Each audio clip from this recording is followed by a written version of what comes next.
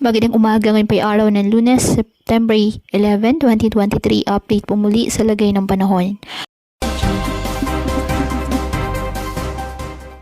Patuloy pa rin na minomonitor ang dalawang low pressure area na nasa loob at labas ng ating Philippine Area of Responsibility, ayon sa Pag-asa.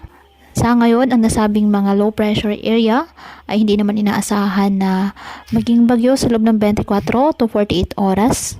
Ngunit patuloy natin na i-monitor ang magiging development po nito hanggang po sa mga susunod na araw.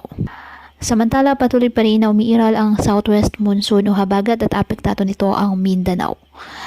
Wala ring nakataas na gale warning sa anumang baybayin ng karagatan, kung kaya malaya pa rin pong makapamalaot ang ating mga kababayang mangingisda at may maliliit na sasakyang pandagat. Ngayong araw, ang Batanes at Babuyan Islands apektado po ng isang low pressure area kung saan ang trough nito ay nakakaapekto po sa mga nasabing lugar. Ang Zamboanga Peninsula, BRMM, Sac-Surgen, Misamis Occidental, Lanao del Norte at Bukidnon apektado naman po ng habagat.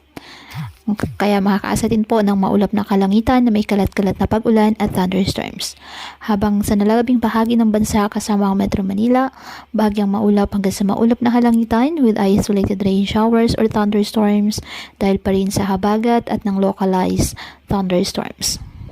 Kaya pinapayuhan ng ating mga kababayan na maging maingat at maging alerto po sa mga posibleng pagbaha at pagguho ng lupa at ugaliin na magdala palagi ng payong o kahit anumang panangga sa ulan sa tuwing lalabas ng ating mga tahanan. At yan po muna ang update sa lagay ng panahon ngayong araw. Muli patuloy po tayo na mag-ingat at palaging tandaan, God loves you. Stay safe and God bless.